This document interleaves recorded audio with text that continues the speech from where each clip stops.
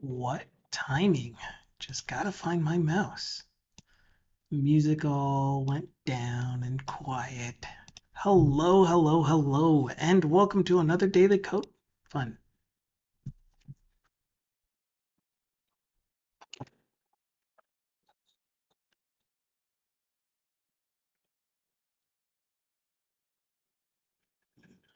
Hi. Avidus says I made it with time to spare. Yeah, you did. I'm just now starting. Um, I'm only going to be going for an hour today. I had another meeting that was suddenly scheduled for later on this afternoon. Dogs of unusual size.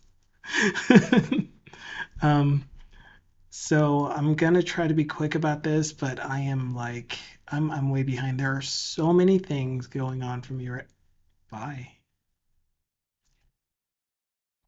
What did I do to you? So many things going on right now that I'm trying to get a handle of. I just had a meeting with the client team for the project that I'm assigned to, and we're moving on to the next step. And there was this other portion of it that I had no idea was going to be a thing. And that is essentially, so you guys know that I wrote the, let me start here. My current project that I'm working on for the client is a UI redesign where I implemented the UI using Blazor, which they wanted, which is awesome. I made it so that it could work with a full-on MAUI app or the WPF app that currently exists. And so now I'm integrating it with that WPF app. And what I thought today's meeting with the entire team was going to be, so the existing team that's doing all of the maintenance and everything for the WPF application, I thought it was going to be a meeting with just them to talk about how are we going to go about integrating all of the changes that I've made into their existing app.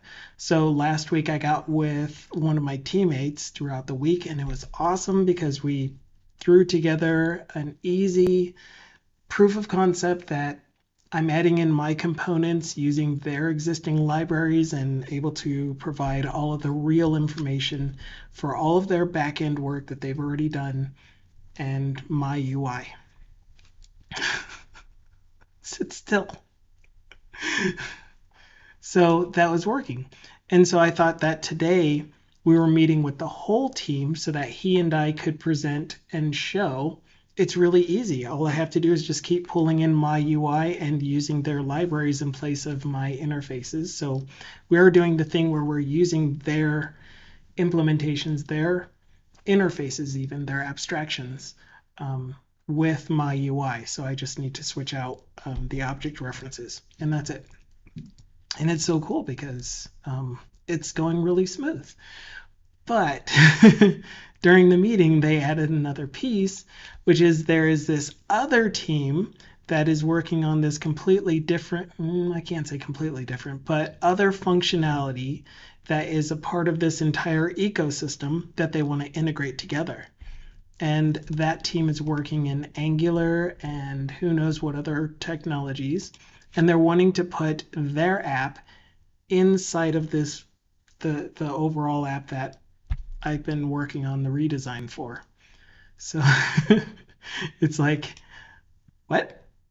What? And so next week, there's going to be a work stoppage again for 2 weeks from the client project. So I'll be working on a completely different project for 2 weeks. Yay.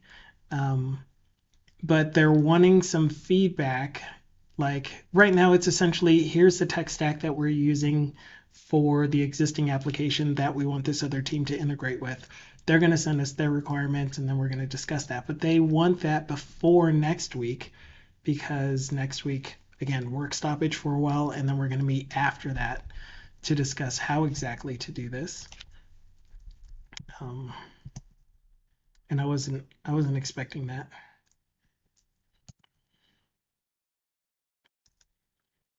Nope.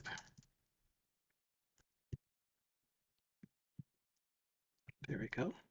.NET Watch. Okay, we'll get that.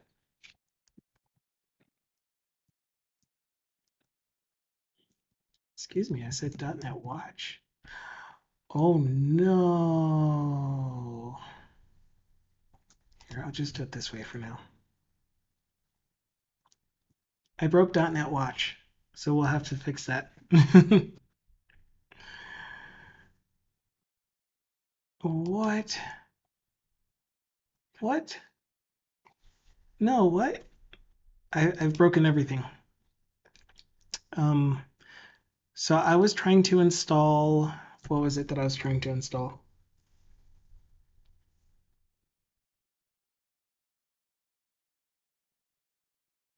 Something so that I could run, the Azure CLI, so that I can type AZ space whatever I wanted to type, like AZ space login or whatever.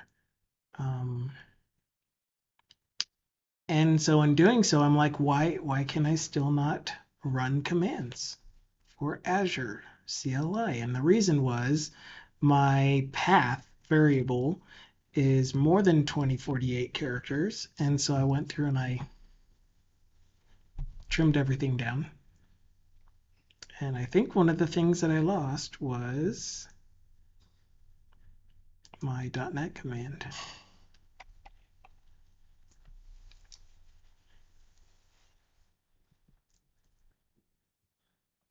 And now that I'm trying to run the app, I'm getting an even more different error.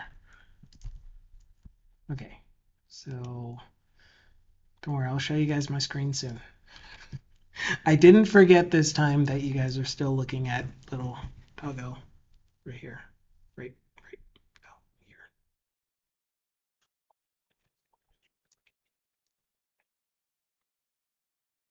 Are you gonna actually, oh, I know what's happening. It's probably launched, but on this screen over here that I can't see. Oh, hello. Well, there you are, Peter. Okay, so let's go back to this one instead. Control F5. Oh, I believe you. Okay, that launch connected Twitch. That connected.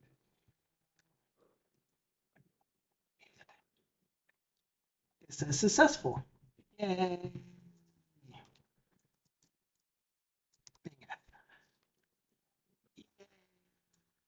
Okay. Screen coming up soon. S star star N. First, I need to move this over here so that I can actually read this email.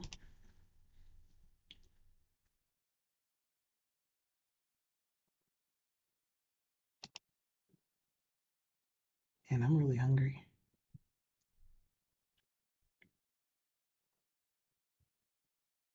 Quickly onboard them. That's not true. Okay, so hi. Welcome to the Daily Code Fund finally. You're looking at my desktop that has this cool picture I found on DeviantArt, maybe. Not my picture, just so you know. I didn't draw this, but it looks cool, and I like it a lot. So I kept it. Keep it. Fine Man is the name of the project that we've been working on. And when last we spoke,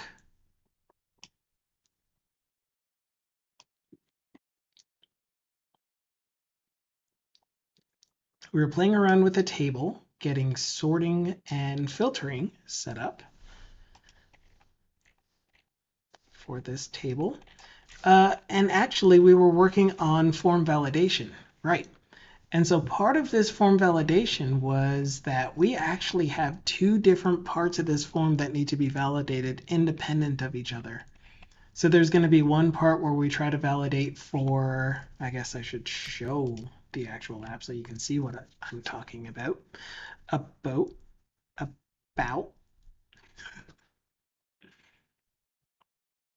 boot. CD. This isn't going to work. First I need to fix my .NET CLI issue. Just to make sure. Yeah. Command not found.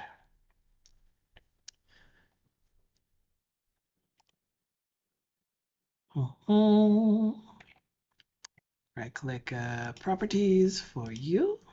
and advanced system, environment variables. Okay, what happened to my .NET?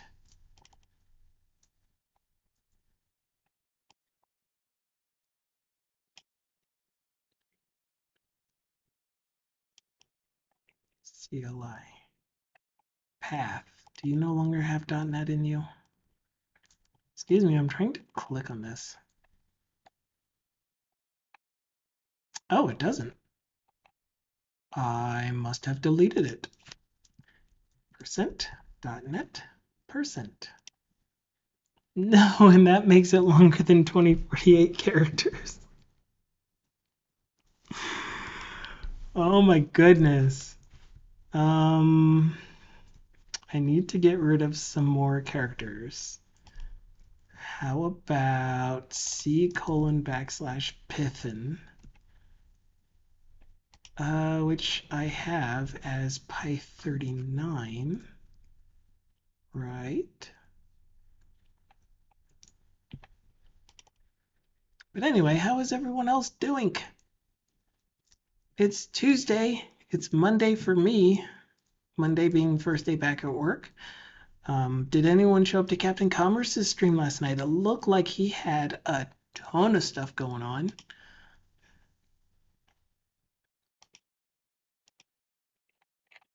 I at least joined his stream, but I did not participate because I had other things happening at the same time. Tactics says, I've been a dev for a dozen years, never touched .NET, but I like the looks of Blazor. You enjoying it? I absolutely love Blazor so much. I do have my complaints, of course. Oh, come on. But for the most part, my favorite experience with Blazor is that I am able to just use HTML, CSS, and C# everywhere.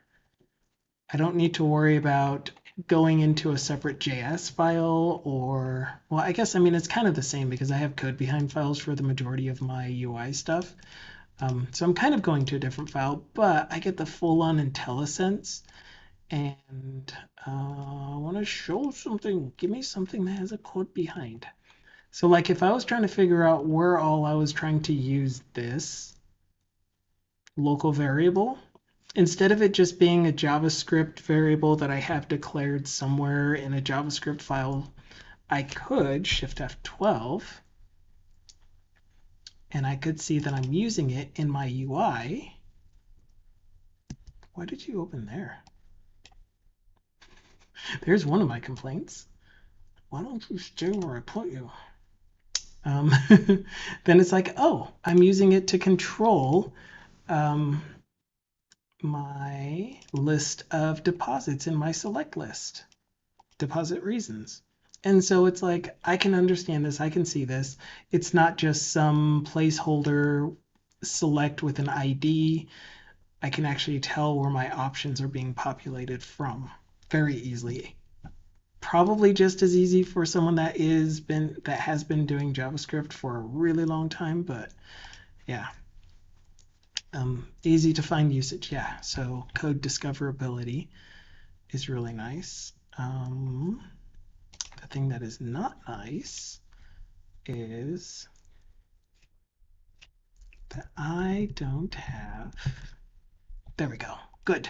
I should be able to restart Visual Studio and get my CLI tools back.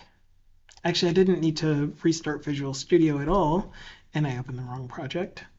All I needed to do was open a new developer PowerShell tab.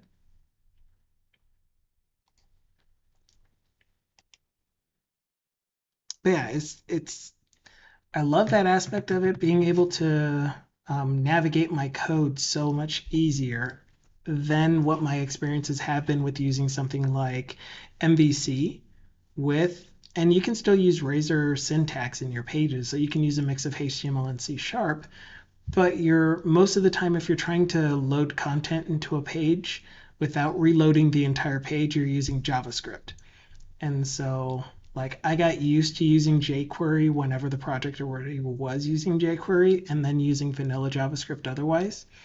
And I found that easy, but I still had trouble navigating to places. So I do remember being able to have something like let's say we had an on click, a one click, as a matter of fact. And it was some JavaScript function.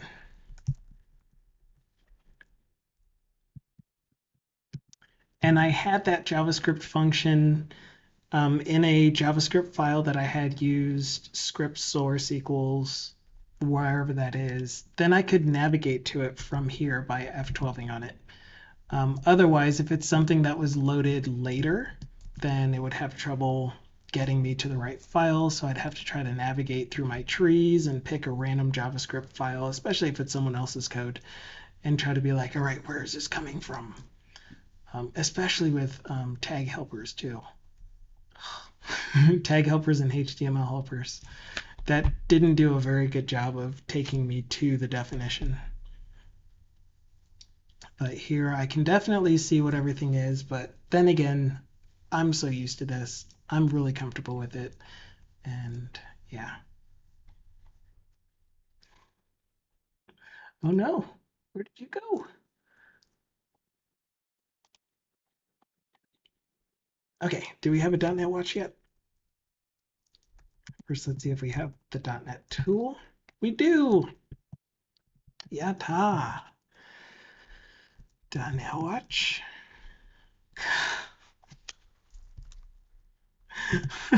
Duh. Server.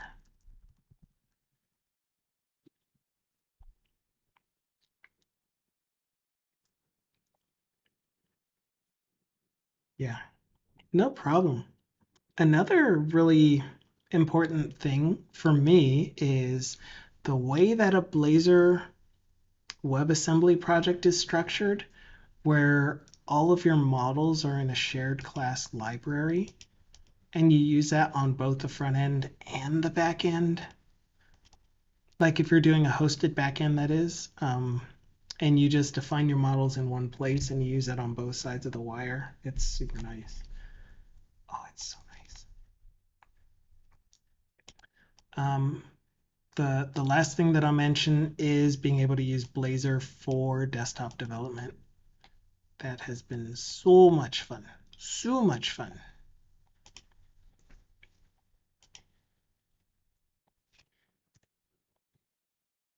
All right. So we got the thing where we can open a context menu by clicking on filter. None of the filtering actually works yet, but we know that it's possible to do. We set it up so that we can sort whatever data is in the table by clicking on a column header.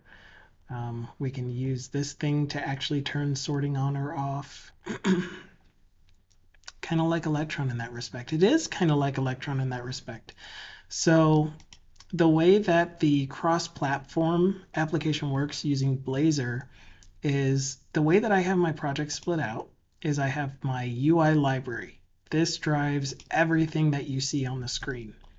I can point my a WPF app to this UI. And so what I'm doing is I'm loading a Blazor web view, which is a WebView 2, which is a Chromium. It's whatever a WebView 2 is. Probably not even Chromium. It's just a WebView 2. And that WebView 2 gets put inside of the application wherever I put it. It gets styled to size however I want. If you're interested in seeing that, I can just show you really, really quick. That's actually something that sounds really interesting to do today, instead of me trying to get stuck in what I'm trying to work on, because I know that I'm just going to fail at that. So it sounds fun. I'm going to do that. So let's say that I wanted this application to also work on desktop, mobile, and watches. Whatever Tizen lets you develop for. So I would put this in apps. Dang, I don't have a apps folder. And so this app is going to be a Blazor Hybrid app. A .NET MAUI Blazor app. And so we're going to put this in. Do I have the folder structure for this on disk at least? No, of course I don't. So we're just putting it right there. This will be Finan Man MAUI. What name did I give everything else? Finan Man dot. Just trying to follow my conventions. And so let me just take you through a quick MAUI application before I make these modifications to it. After I check my email. Okay, good. Oh man, it's so busy. So the other thing that I neglected to mention is that I have one thing that's due by Friday, which I've been asking for some input on in our Discord. And then two things that are due by Friday. One thing that has to do with what I was asking in Discord. Getting my mouse back is hard. And they both require me to spend time doing write-ups and stuff. Okay, and also, bacon fries. Bacon fries. Thank you so much for the follow. Thank you for making me think about food. Oh, I love food. I love bacon fries. Okay, so MAUI application real quick. If you're familiar, or even if you're not familiar with the way that Blazor works, I'll take you through that real quick. A traditional Blazor application comes in two flavors. Either Blazor server, which means everything renders on the server and then is sent to the client, and every change that happens to the UI happens on the server, and then a diff is sent to the client, and the client applies that so that the UI looks like what it should look like. Versus Blazor WebAssembly, where the entire front-end application is shipped to the browser, run through a .NET runtime written or compiled to WASM that is running in the browser, and then it runs natively on that runtime in the browser. Both of those start with either layout or index.html. And actually, host is what this one starts with. It's just that it gets put into layout. And so in _host, this says, when you load this application, load this app file project class. And so this app is usually part of the Blazor project. Same thing with regular, oh, I cheated here. Same thing with Blazor WebAssembly. Here's this div ID app, and then in program.cs it says load this class app into the element that has ID app. This app, again, normally exists within the client project, and it's app.razor. I moved that into this shared user interface library. So this is what that file would look like. It's this component called a router, and it says find all of the routes from this assembly. You could have more than one assembly where you can have routable components. But for me, all of my pages are only in this assembly. They have these app page attributes, blah, blah, blah, blah. So that means that both my Blazor server and my Blazor WebAssembly apps are pointing to the exact same UI. They're using all of the same components. There's no difference in them. The only thing that's different is that my client side uses, I don't have any of that set up, but it uses a HTTP client that will do all of the API requests versus my Blazor server application, which would do the actual server operations when we use those services. And I would do that using service interfaces and then yada, yada, yada. This, that, and the other thing. So here you can see that the MAUI app project that was created for me has main.razor, and that looks exactly like that app.razor. And that gets shoved into a Blazor web view component that says, just like the other one, just like the Blazor WebAssembly one, here is div ID app. When you load the project, use index.html, find the div that has ID app, and then put the main class into that. So you're essentially running web technology inside of your desktop application, but keep in mind that this is running on full .NET. So this isn't like going through a .NET runtime that was compiled to WebAssembly. This is using the entire .NET ecosystem, which includes stuff like being able to wipe your disk, being able to see your network, being able to get access to your device's gyrometer or whatever. So if we were to run the MAUI version of the app real quick by going to debug start, hopefully it's set to Windows.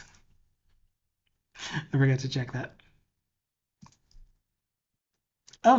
Kinda, yeah. I'm still talking with you guys. So Tactics wanted to see MAUI, essentially. I was talking about the things that I love about Blazor, and now most recently being able to write cross-platform apps using the exact same user interface that I already put together. Oh yeah, the first build is going to take a long time because it's building for Android, iOS, well, not really iOS because I don't have an iOS device, or Mac OS, Windows, and not even Tizen. Anyway, it needs to do the full build. That's what I'm trying to say. Oh man, I haven't tried it yet, but there are so many things coming in .NET 7 that sound amazing. Nick Chapsis recently did a video on the improvements to Link and using Link. And oh my gosh, it looks so good. I am looking forward to seeing how it works for us. Okay, this is what it launched. This is exactly the same, not exactly, but this is the same type of thing that you would get if you created a brand new Blazor server or Blazor WebAssembly app. You get home, fetch data, counter. Counter lets you click to increment a counter. But we don't want to use their code. We want to use my code. We want to use my UI. So let's start by gutting it.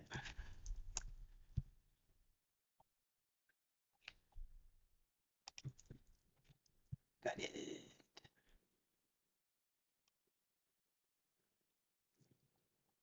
What's in data? Yeah, gutting it. I'm just deleting a bunch of stuff at random. We no longer have a weather forecast service, but what we do have is one import that we're going to steal from here, which is add find man localization.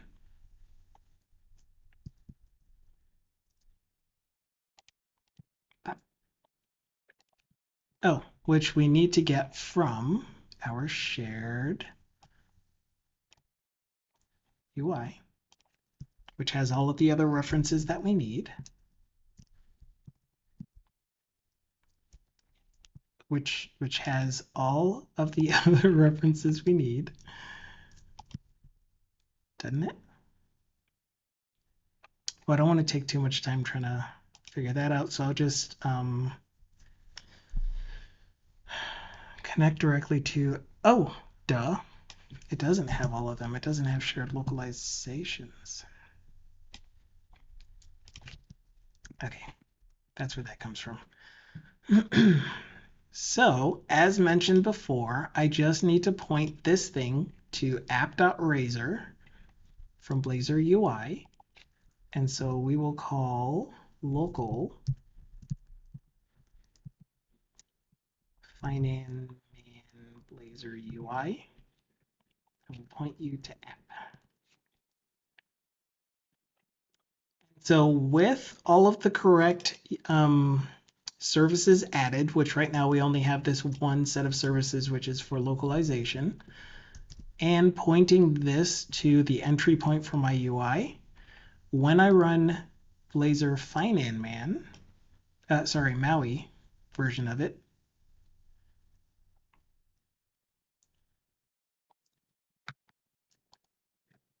then we get an error. Didn't I already? It didn't actually add the using statement. Forget you, jerk. Then when I run this,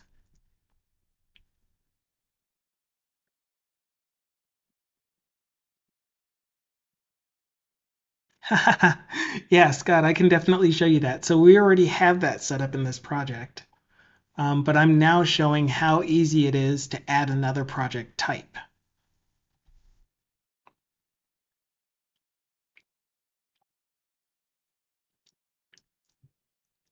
Did it run? Oh, yes, this is true. Oh my goodness. Oh, there is one more thing that was going to break is I don't have my styles. My Harry styles. What? That's disgusting. I want this one to move because I only want these two.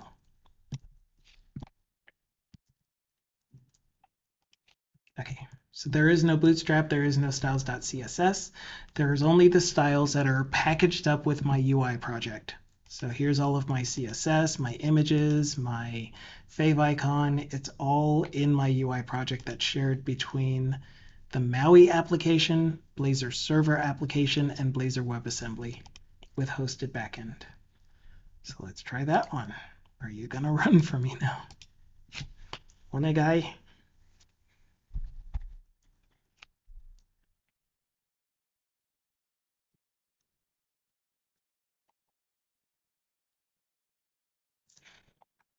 And if I'm going too fast or too slow, then this will be posted to YouTube tomorrow by 2 o'clock my time, 2 p.m. Mountain Daylight Time. So you can fast forward or slow down or whatever in case I just glossed over some details that you want to see. And of course, you can still ask me in chat to go back over something. You got this. You got this. Do it. I'm still in go, go, go mode though, because like right after this, I have a meeting that I'm going to be discussing some more approaches on stuff. And there we are. So we now have a desktop version of the financial management app that we've been working on. Of course you can, Software. Hi, and hello, the Zeman. So this has everything that we've already done so far with the project, except as a desktop application. I haven't really tried to run the mobile version on this computer, but if it works, then we should be able to run on mobile and we'd see the same app. Softer than softer. Oh my goodness.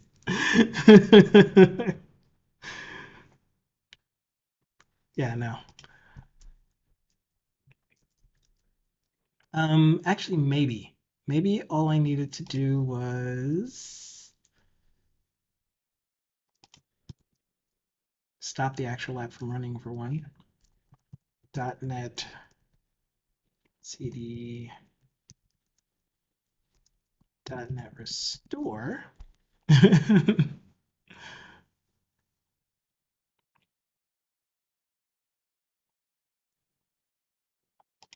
Oh, awesome. Glad you were able to enjoy that. And again, if you missed any of it, definitely go back and watch the video. If you're interested in just having a project that's already structured and put together that has this structure here with the Blazor WebAssembly, the Blazor server, MAUI app, and a shared UI, and then shared libraries. I do have that on my GitHub. In the MAUI template, it's not the best, and it could use a lot more cleaning up, but if you follow the instructions on here for cloning it, doing .NET MAUI, because I don't have it as a NuGet package, .NET MAUI, and then doing a .NET New MAUI Blazor Web, you'd pretty much get this project structure right here. To include tests. No, no tests. But the WebAssembly project, the server project, and I think I set it up to where the server project is the API, hosted API backend for the WebAssembly project.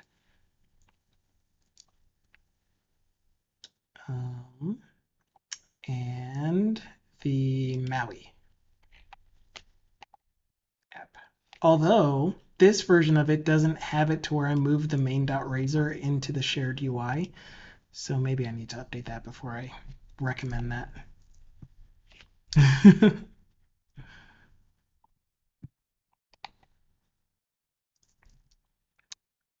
But let's see if we can get it to build for Android. I don't think I'm going to be able to run it. I don't even know if I have any emulators on this machine. No.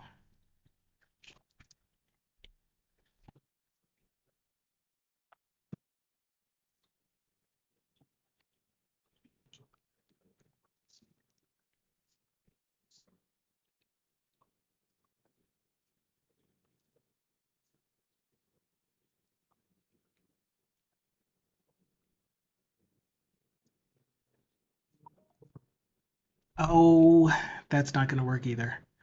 I think it's going to launch Dex, Samsung Dex.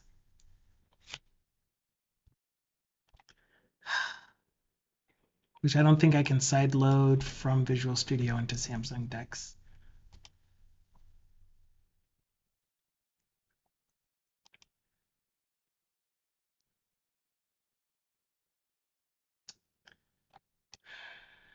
Anyway, doesn't matter. You'll just believe me. There are plenty of videos out there that show using the Blazor Hybrid on mobile, and not many that show it used on Windows only. Prog testing's here. Hello, prog testing. So anyway, I will leave that as part of this project. I don't need to do anything special in order for the MAUI Hybrid app to be developed. So now as I continue making changes to my UI, I'm using Blazor WebAssembly at the moment, but I could be using Blazor Server, then it's going to show up in all 3 application types now, which I love. And I'm doing that as my work, as my real job, the project that I'm putting together for my client, the client that I've been assigned to. And it's so much fun. I can't get over it. So, yeah. So the difference between this and Electron app is this is all .NET native stuff. Anything that you can do, like if I wanted to, and I do, but if I wanted to, in one of my pages, I wanted to see space on my hard drive.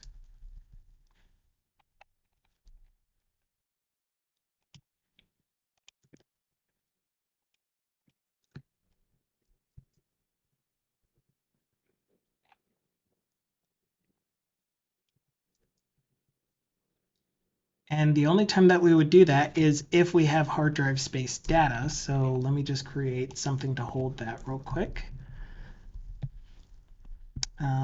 Yeah, let's set that up real quick. That'll be a good quick demo. If I wanted to start adding things that do server-side logic, I'll keep it, sure. That'll do server-side logic. Then yeah, we'll get to this. I'll mention something. Oh, okay. Something that might not necessarily be done the same if you're running in Blazor WebAssembly versus Blazor Server versus MAUI. So one of those things would be something like get hard drive space. I'd want some kind of service that implements the functionality for getting hard drive space.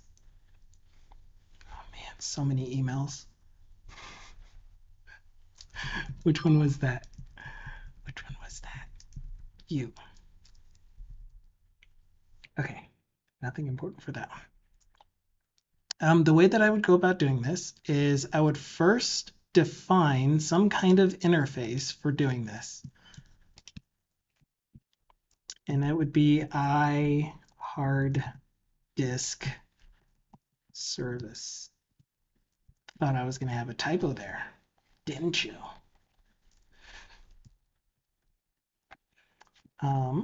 And this will have one method that returns a string, a nullable string, task of string, that says whatever this method is called.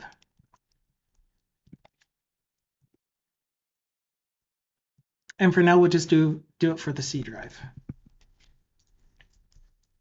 Then in my implementation for, let's say, MAUI, I would probably have it in a separate class library as well. But no, not what I meant to do. That's supposed to be a folder. Folder called services. And then this is going to be the implementation of hard disk service, which will implement hard disk service. And so that is the one that could use this logic here.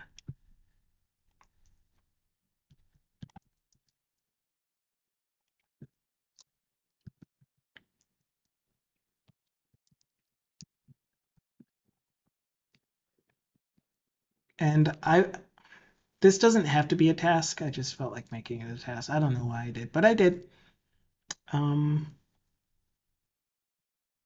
So we're going to assume that this works because Copilot gave it to me.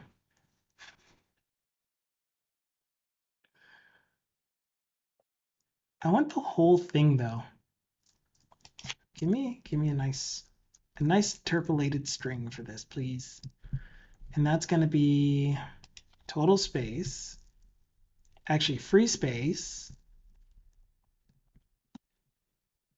over total space parent usage percentage. There. So that's what this is going to implement, or how this is going to implement it. I don't know why this isn't task of nullable string. That's odd. But then we have the rest of our Blazor stuff. And so let's just assume, for the sake of assuming things, that my client side will have an implementation that says Shift F2 hard disk service. That is also going to implement hard disk service, but it's just going to return string.empty or some message like is not allowed on this machine or something. We'll just do string.empty though, because I plan on using empty string for. Actually, let's just return null. You can't return null like that. Just kidding. String.empty works for me. And let's say we also have Blazor server. And for the sake of our argument, do I want to do that? I was going to say it could return the size of the main disk on the server if you're running in Blazor server, but that doesn't make sense. hard disk service. So I'm just going to make it do exactly the same thing as the client side. Hello, Xcoding.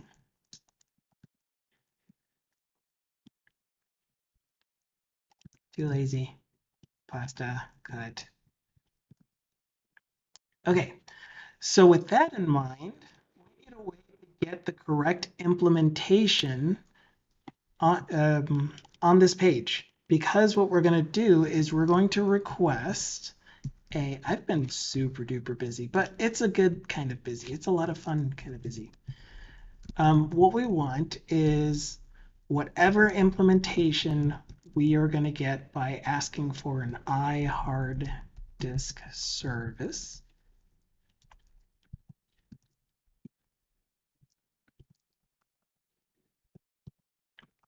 And this is the thing that I don't know how it's done in other frameworks like Angular or React.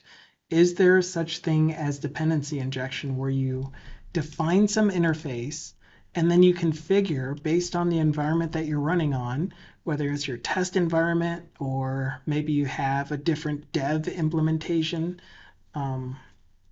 Is there some way for you to say, I want to use this implementation when I'm running it like this?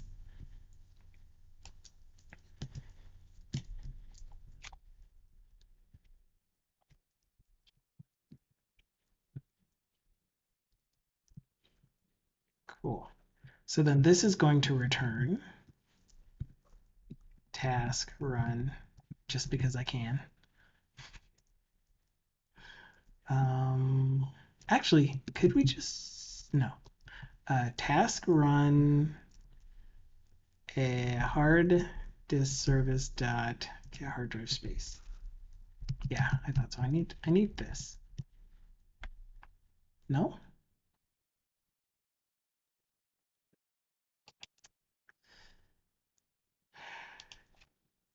I don't want to do it this way, but I'm going to. It's because I made the decision up front to make it a task. And I just want to kind of run through this quickly. But we'll go like this.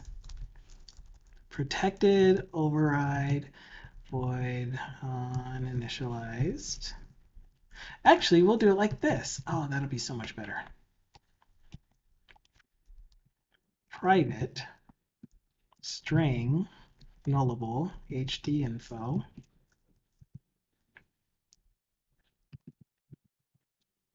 And we'll do async task uninitialized async HD info equals await hard disk service dot get hard drive space. There. Now we don't have to worry about all of the other mess. So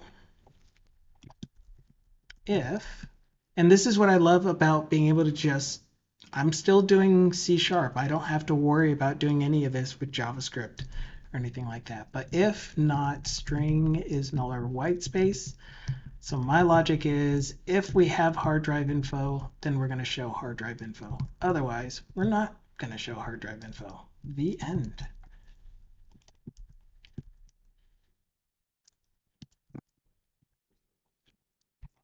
Okay, so now what does that look like for us? If we ran this application using Blazor WebAssembly,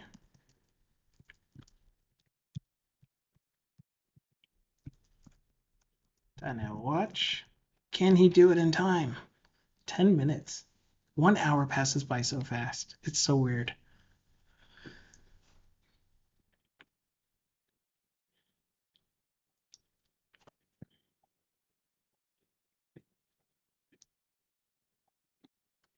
We get an error. Oh, yeah. So this is exactly what I was talking about. Whoops. So it says I couldn't provide anything for this iHard disk service. So we need to register that real quick before I forget again. To do that, we just go in here and say builder services, add, this can be a singleton, iHard disk service. Actually, let's just make it transient. So this isn't something that we need to keep in memory. We can just new it up every single time that we're trying to use it. It's just one simple method. but we're going to add transient hard disk service and then the implementation that we want to provide for this hard disk service. Same thing with Blazor server, which would use the hard disk service from our Blazor server implementation. So you can see find_man server only, and in our MAUI application, which is going to be our implementation from find_man.maui.services. Okay, so now we should see a thing after rebuilding. That is no error, but we also don't get the card here. So no errors when we run it on Blazor WebAssembly. And now when we try to run the actual desktop version of the application,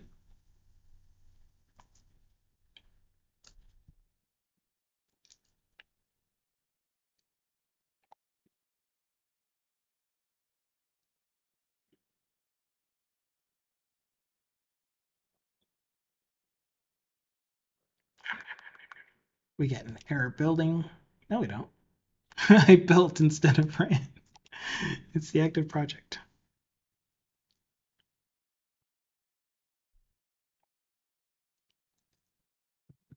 There it is.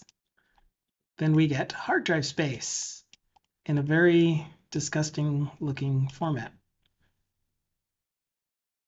So I have 0% free apparently on my C drive. I have 120 gigs free. So I would of course format this so that it appears correctly. But you can see that this actually did reach into my operating system and say, what is your hard drive space? And my operating system said, hey, you're running directly on me. I can give you that information. We could go even further if we wanted to and have a hard disk service for each platform. So the way that you get the hard drive space on Android is different than you would do it on Windows. It's different than you would do it on Mac. It's different than you would do it on iOS. And the way that we would tell this thing which one to use is if Windows, then use this implementation. Otherwise, if Android, then use this other implementation. But we're always using iHardDisk service. It's so cool. It's so easy.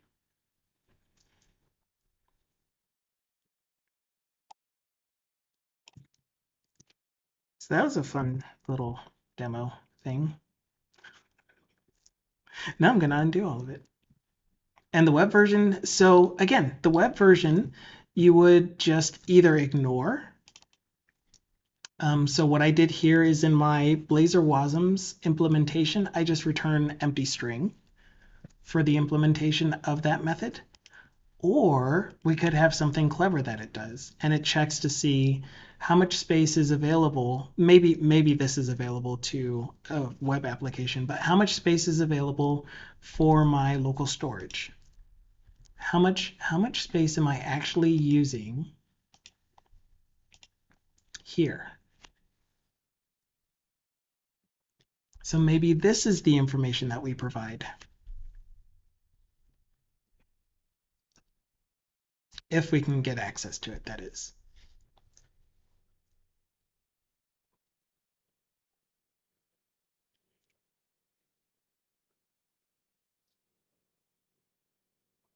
Yeah, maybe. Maybe we could put that in there. But I mean, that's just a contrived example. So you would think of something more specific to your cross-platform application that you would put in a service. So for example, we're going to have a database connection that goes to the database and it gives us back all of our transactions, for example. And so on desktop, we might want to do that different than we're doing on a Blazor server application, which can talk directly to the database.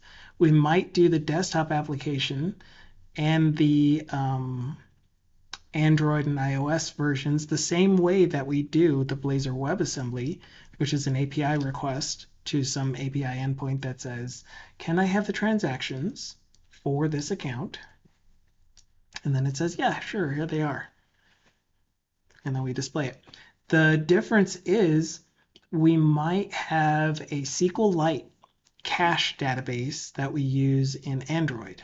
So when we download that initial transactions, then we update our SQLite database and it stores all of our old transactions so that we don't have to requery them.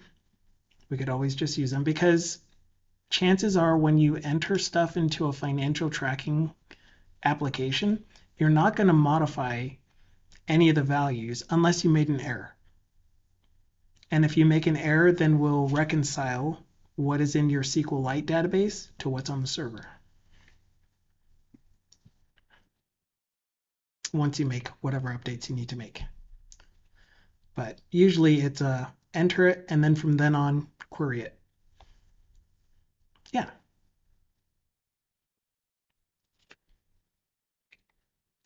Like the main stuff that we'll be doing, it's so weird because like I'm used to applications where your drop-down lists and values in drop-down lists is pretty static.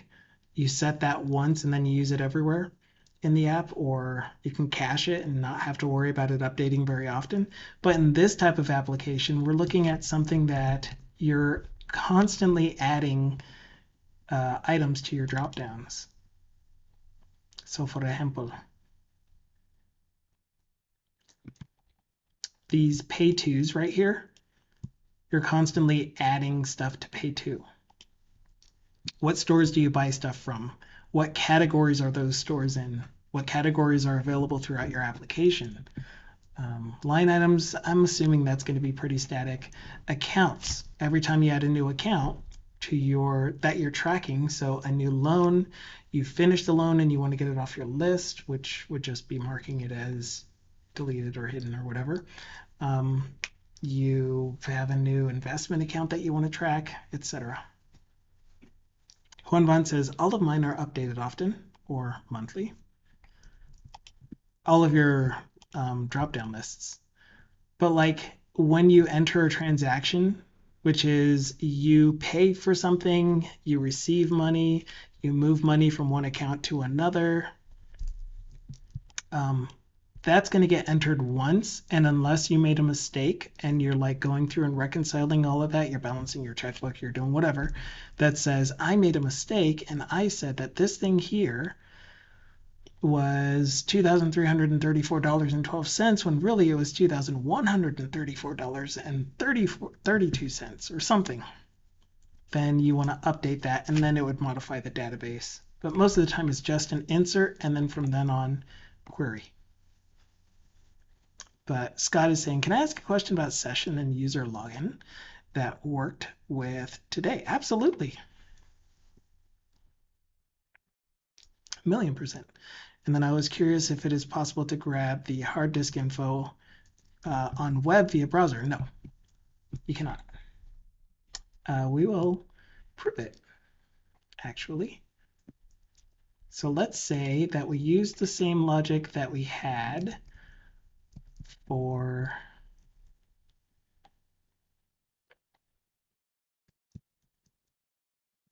the MAUI version, which was this.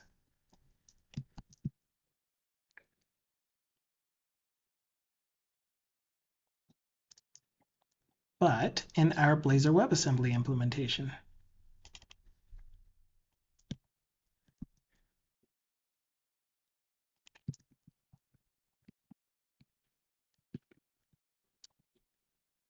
Should still be running.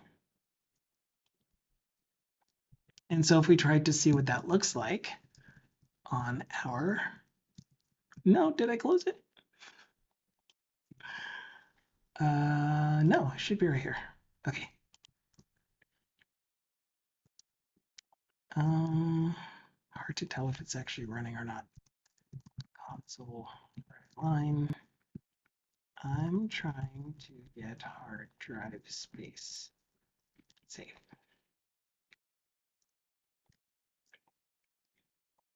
Console. So hard to tell. Just start the app and restart it. That'll be fine. Okay, so Scott is saying I spent around 6 hours at work today trying to serialize a user object into a string that can be stored into a session cookie. A user has a lot of data in it, and it takes a long time to log in. Do you know how to make it faster?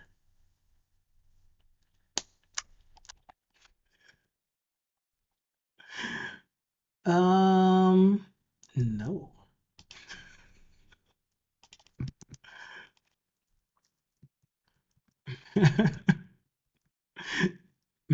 Give me a second. Math.max u1. Okay, so this is what we get back for our value when trying to do this. Control F of 5. Cannot divide by 0. Why aren't you just like, just...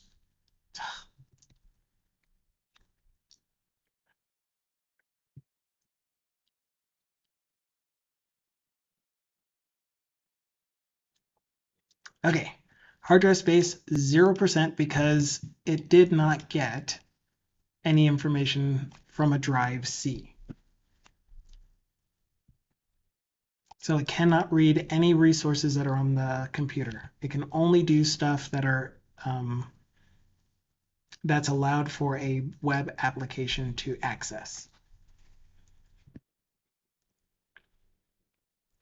Okay, so the question here is when I try to log into an application, so for example, let's say it's hazard tracking. This authorizing step takes a long time. So I'm getting the user. Are you getting like the whole user object from a database table?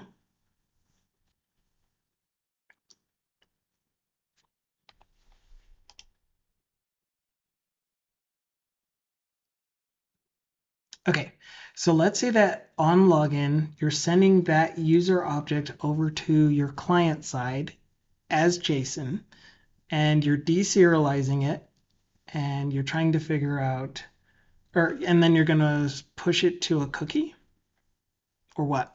Or is it on the server side that you are serializing it and then trying to put it into a cookie?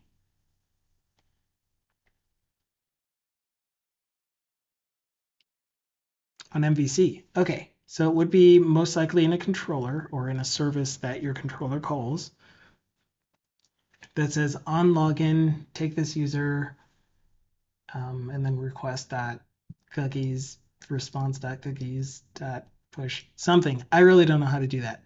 But the end result is the actual login part of it. This authorizing step is what's taking a long time. So first I would need to investigate with you where exactly the slow part is happening.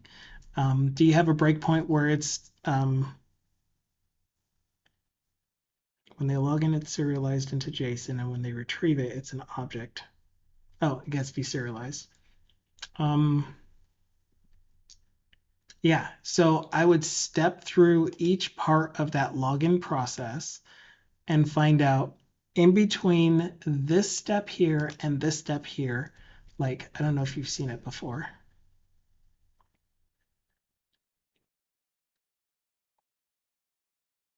Oh.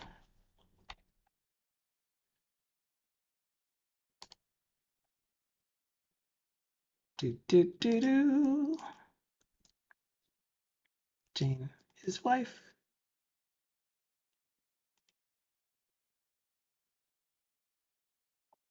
I know, I forgot to. I'm sorry. I'm sorry. I'm sorry. I forgot to Control C. All right, try again. Yeah.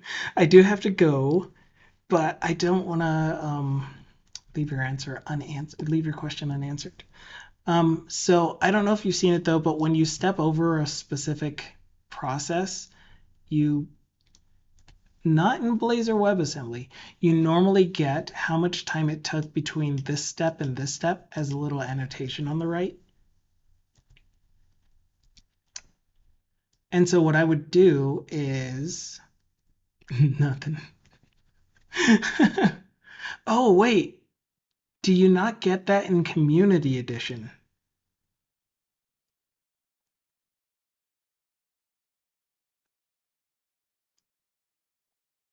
Yeah, it's possible you might not be able to see how much time it took between this call and this call.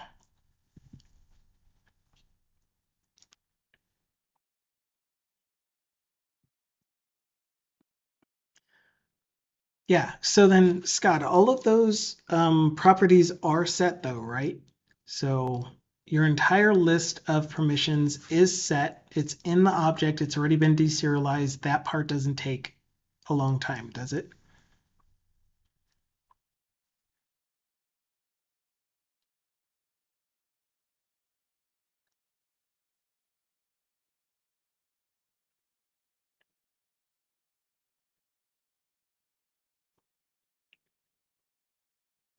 I don't know. It goes out of memory when logging in. Oh, did I misread that?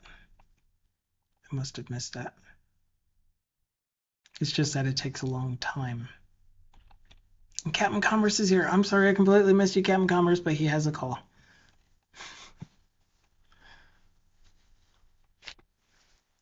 Ah, okay. So it's either going to be a timeout exception at the endpoint where it's busy trying to deserialize the object, but that doesn't make sense. If it's only 8,000 items and you're just deserializing essentially an array or a list of string, which would be each permission, such as can read school info, then that doesn't seem like much because you're not trying to output it to the screen anywhere.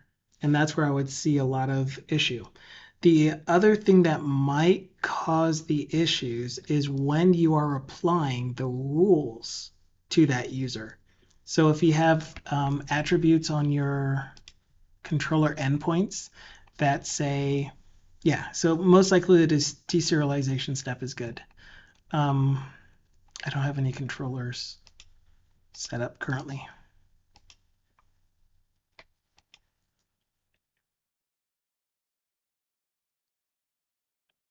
And are they roles or are they a custom kind of permissions policy? That's what I'm trying to say.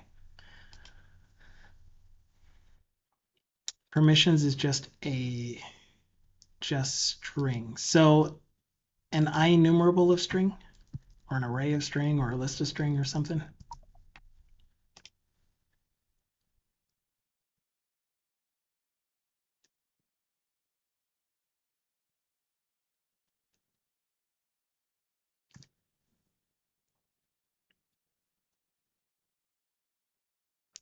List of sys permission. Okay. And then each sys permission is probably like has string permission in there somewhere.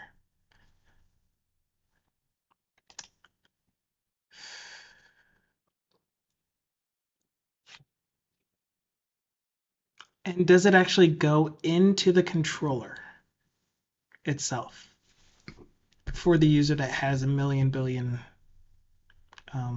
permissions?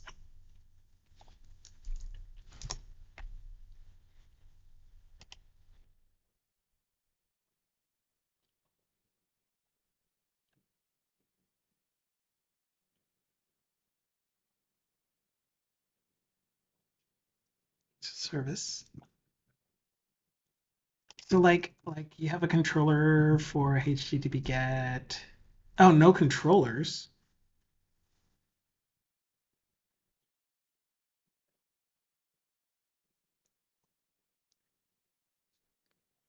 Okay.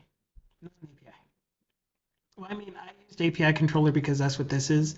It would be an MVC controller otherwise. Let me reread this.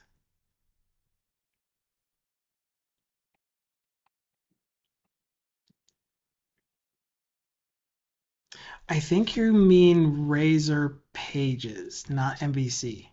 So for MVC, you would have a controllers folder, a models folder, and a views folder. Is that how you're set up? Or do you have pages with index.cshtml and index.cshtml.cs?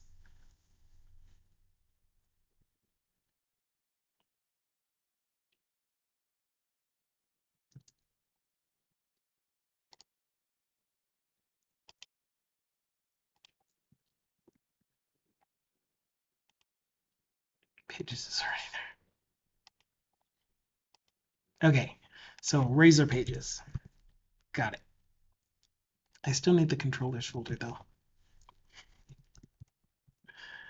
Oh, I want to go into so much more about this. We're getting somewhere, but so then in your get method, oh yeah, I still have so many questions.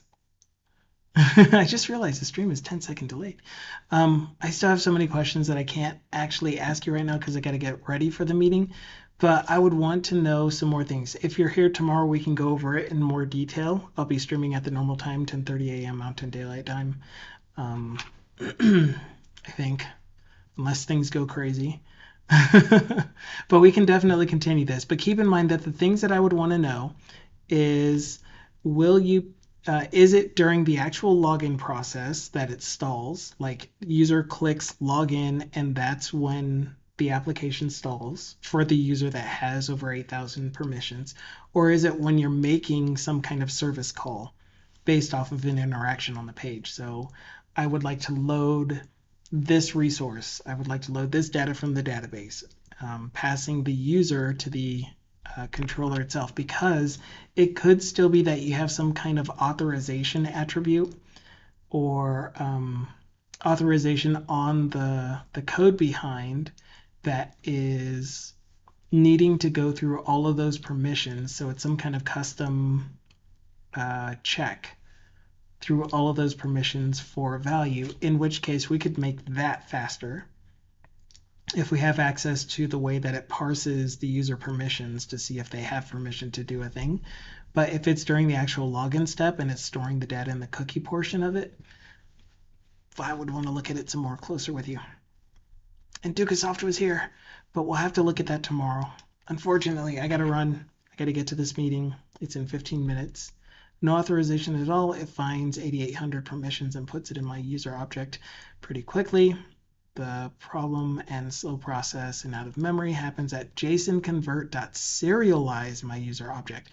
That almost sounds like a loop then, while it's trying to serialize your user object. But like you said, it still works well for one that only has 800 in there. So yeah, we can just keep thinking about it some more. Post some stuff in Discord if you feel like it, and I should be able to respond there later this evening. Dukasoft, thank you so much. But I do have to run. Thank you guys so much for being here. I appreciate your time. And Andrew has a question for me. Yes. I will be back again tomorrow at the normal time, 10:30 a.m. for the 2 hours. We'll find out what happens next week since I'll have the work stoppage, but I'm pretty sure I'm going to be going full time on another project or another effort at least, and they'll be using my time for that. So, yeah. Cool. So that'll be it for me. I hope you guys enjoy the rest of your day, and I will see you the next time that you are by. Until then, ciao for now. Cheers. Shalom. Laters. Bye.